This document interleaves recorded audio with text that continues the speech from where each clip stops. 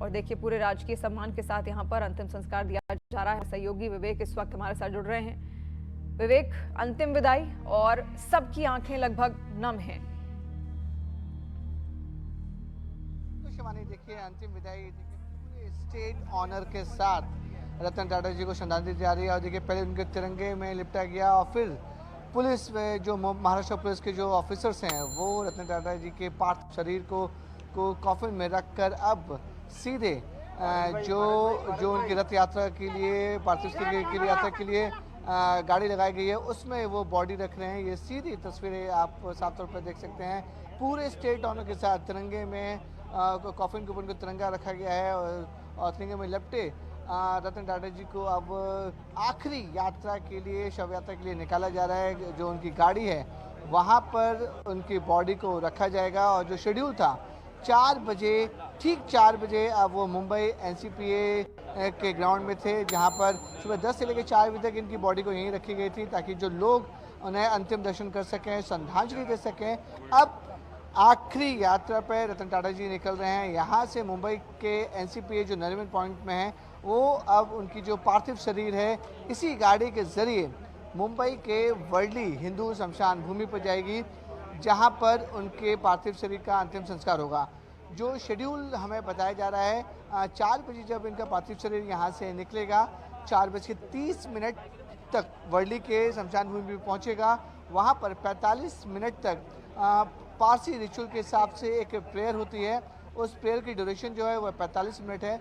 उसके बाद 15 मिनट के एक और पारसी रिचुअल्स को फॉलो किया जाएगा जो लास्ट नाइट के पारसी रिचुअल्स होता है, यानी कि 1 घंटे तक पारसी रीति रिवाज से उनकी जो भी लास्ट राइट्स है वो रीति रिवाज पूरी की जाएगी। उसके बाद उन्हें उनका दाह संस्कार किया जाएगा। तो माना जा रहा है कि 5:30 के आसपास रतन टाटा जी का दाह संस्कार हो सकता है।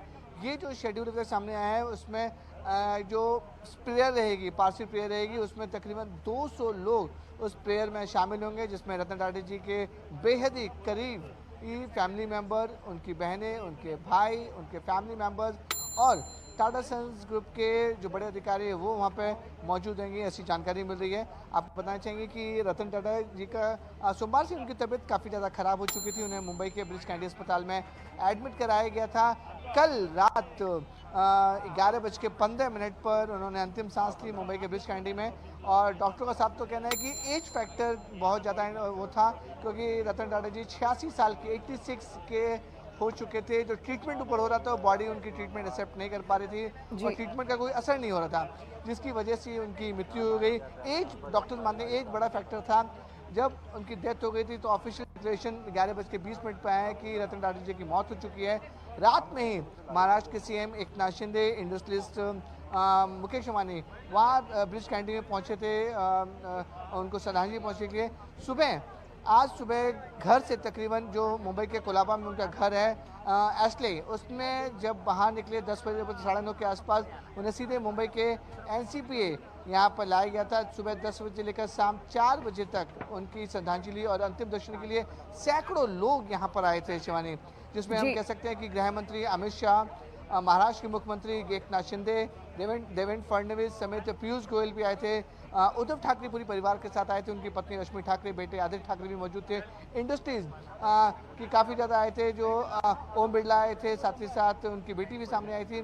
तो इस तरीके से जो भी तमाम दिग्गज लोग थे अलग अलग फ्रेटर्निटी के, वो सब अंतिम दर्शन के लिए श्रद्धांजलि देने पहुंचे थे।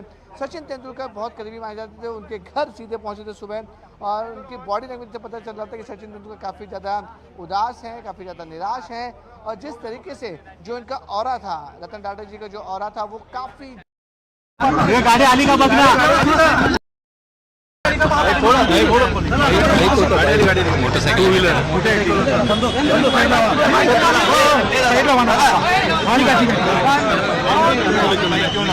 नाही तुम्ही आणली ना माइंडसेट जैसा बना के आ गए ना अंदर।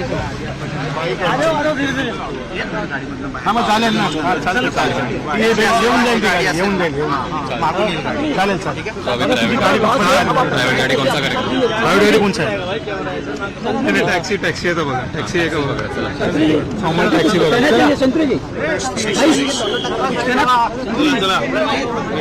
Taxi normal taxi